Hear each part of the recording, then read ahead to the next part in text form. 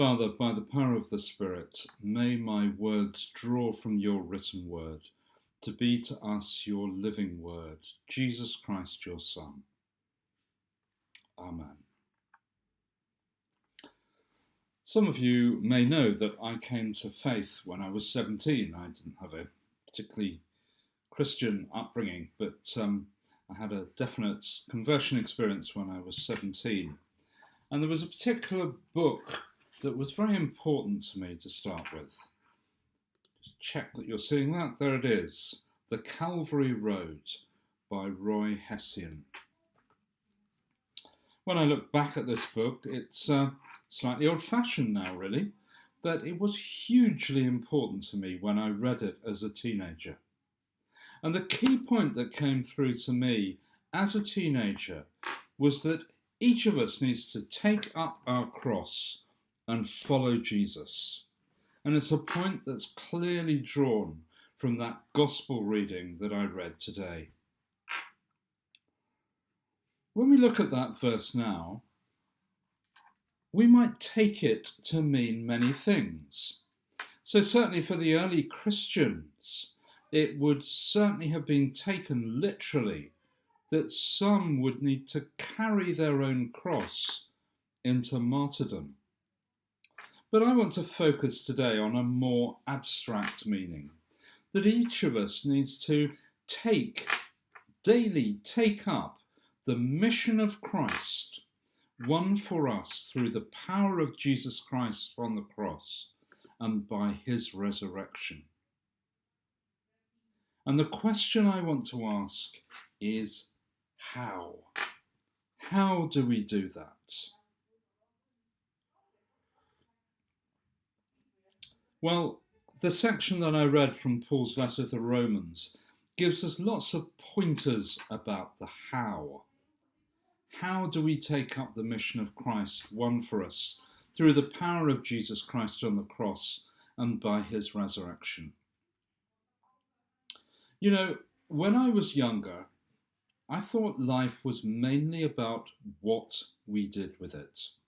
As if by the end of life, I'd maybe be able to stand before God and respond to his questions about what I'd done with the opportunities God had given me in life.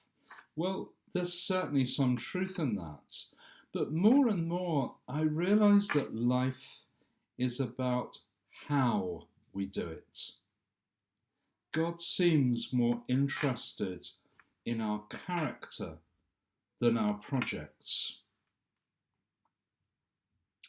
So let's pull three things from that passage from Romans 12 that illustrate that point. And firstly, verse 10. Be devoted to one another in love. Honour one another above yourselves.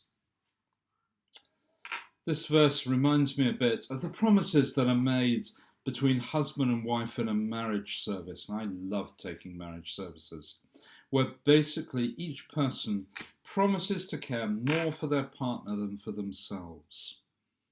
It's not easy, but it is the key to the whole of life.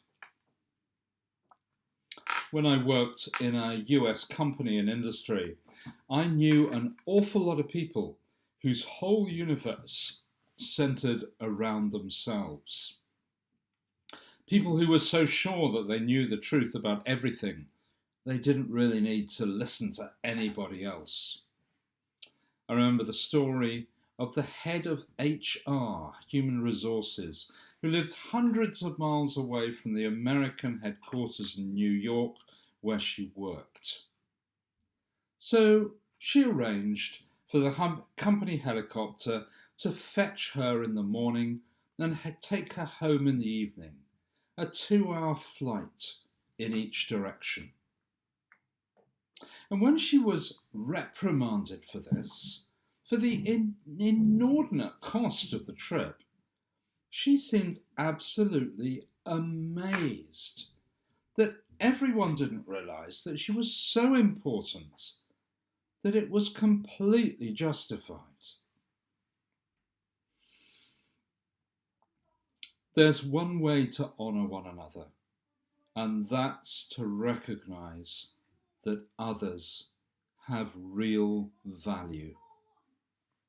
And the key to recognizing that others have real value is to start with recognizing that when we stand before God, we are not super beings, but are basically empty-handed, and so develop some humility.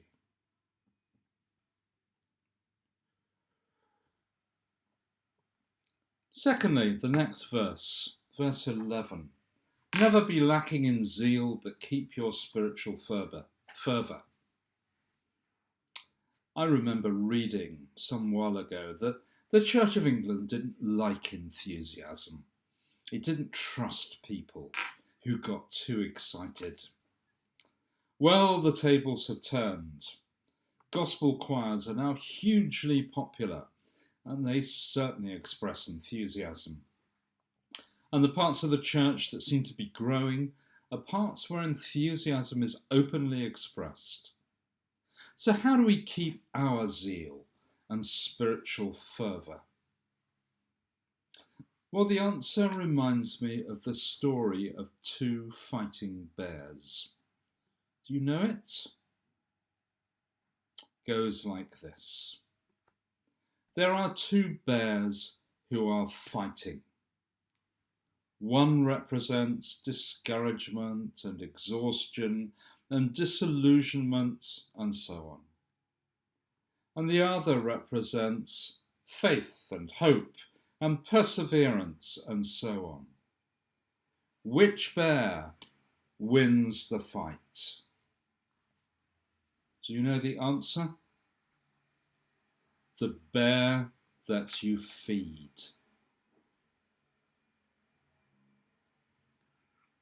And lastly, part of verse 12. Be patient in affliction, faithful in prayer. Anybody who knows me knows that patience is my weak point. But in this current pandemic that we're in, that's exactly what's needed. When we came out of lockdown, we thought we could see the beginning of the end, but who knows when we'll get a vaccine? Who knows when we'll emerge to a point when the world feels like a basically safe place again? Just this morning I walked down to the church and somebody I hadn't seen for ages was in a car and waved to me and pulled down his window, and as soon as he did so, he kind of urged me to stand apart. When will we be over all of this? As someone who really struggles with patience, I know only one way to develop it, and that is to be faithful in prayer. It's only when we cry out to God with our needs and dashed hopes and our frustration that we receive the peace that enables us to be patient.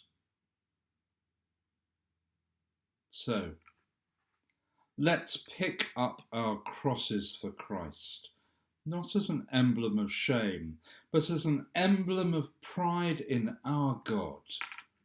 And let's live as He wishes us to live, by honouring one another, by maintaining and expressing our zeal for Christ in serving Him, and by being patient in our affliction, by being faithful in prayer. Amen.